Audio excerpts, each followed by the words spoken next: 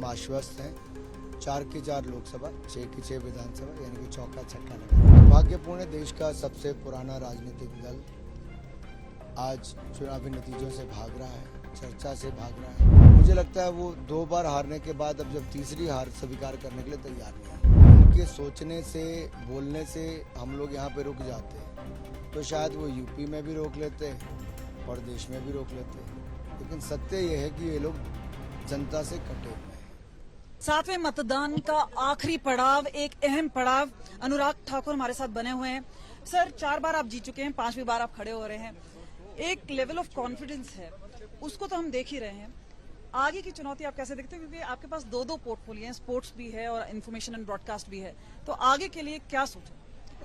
पहली बात तो मैं माननीय प्रधानमंत्री जी का, माननीय राष्ट्रीय अध्यक्ष जगत प्रकाश नड्डा जी का, अमित भाई का, सबका आभारी हूं जिन्होंने मुझ पर एक बार फिर विश्वास व्यक्त किया है और पार्टी से 5वीं बार टिकट दी है। 4 बार हमीरपुर संसदीय क्षेत्र की जनता ने अपना आशीर्वाद दिया, हर बार लीड को बढ़ाया और पार्टी ने मुझे संगठन से लेकर सरकार तक काम करने का अवसर दिया। प्राथमिकता है सांसद बनना, हमीरपुर हिमाचल प्रदेश का विकास करना और मुझे पूर्ण विश्वास है लोग इस बार फिर अपना आशीर्वाद देंगे और हमने जो पहले किया उससे बेहतर अब की बार करके। तो पहले तो कह रहे थे कि हिमाचल में 4 की 4 हैं जो बीजेपी की खेमे में है, पर इस बार ऐसा लग रहा है कि कहीं तगड़ी लड़ाई है, खासतौर पे शिमला या मंडी की सीट की बात करें, किस तरह से देख रहे हैं? और क्योंकि 6 बाईपोल्स भी हैं, उसके बारे में अटकलें लगती रहती हैं, पहले भी लगी, लेकिन मैं इतना ही कहूंगा, हम आश्वस्त हैं। 4 की 4 लोकसभा, 6 की 6 विधानसभा, यानी कि चौका छक्का लगाने के लिए। कांग्रेस को इस बार कितनी बड़ी चुनौती मानते हैं और उनका जो निर्णय है एग्जिट पोल में नहीं जाने का, कैसे देखते हैं? देखिए, दुर्भाग्यपूर्ण है, देश का सबसे पुराना राजनीतिक दल आज चुनावी नतीजों से भाग रहा है, चर्चा से भाग रहा है और कल आएंगे ठीकरा फोड़ने का काम करेंगे ईवीएम पर, इलेक्शन कमीशन पर, लोगों पर। मुझे लगता है वो 2 बार हारने के बाद अब जब तीसरी हार स्वीकार करने के लिए तैयार नहीं है। सर, मौन व्रत के ऊपर, प्रधानमंत्री के मौन व्रत के ऊपर जिस तरह से राजनीति अब हो रही है, कांग्रेस ने ईसीआई को कंप्लेंट की है, उनकी एक तमिलनाडु का सेगमेंट है वो जो हाई कोर्ट चला गया है, किस तरह से देखते हैं?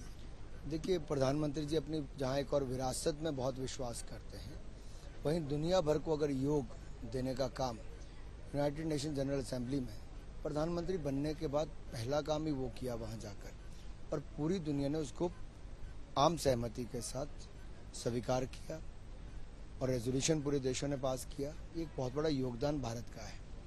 दूसरा, जहाँ तक अध्यात्म की मैं बात करता हूँ, ध्यान लगाने की बात करता हूँ, ज़्यादा से ज़्यादा लोगों को लगाना चाहिए। ठीक है, कुछ लोग विदेश में जाके लगाते हैं, लेकिन स्वामी विवेकानंद जी से बड़ा यूथ आइकॉन हमारे लिए कोई नहीं हुआ।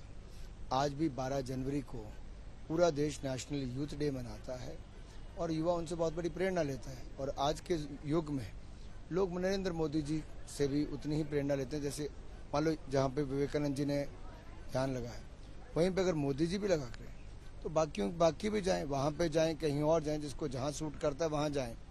नहीं जाना तो भी ना जाएं, लेकिन विरोध ना करें। आखिरी 2 सवाल।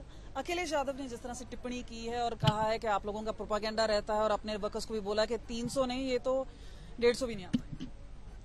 देखिए, अगर उनके सोचने से, बोलने से हम लोग यहाँ पे रुक जाते, तो शायद वो यूपी में भी रोक लेते और देश में भी रोक लेते।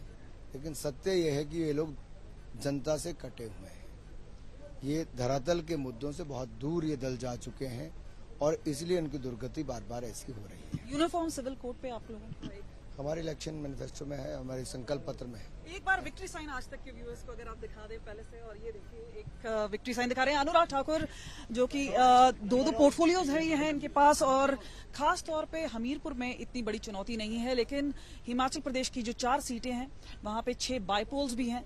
वहां पे एक चीज जो सामने आ रही है और नजर भी आ रही है वो ये है कि हो सकता है वहां पे खासतौर पे शिमला और मंडी में कांटे की टक्कर है, और खासतौर पे 6 बाईपोल्स है, वहां पे भी निर्णय तय करेगा कि किस तरफ वो जाती है, क्योंकि उसके बाद हिमाचल प्रदेश राज्य सरकार का भी जो भविष्य है वो तय होगा।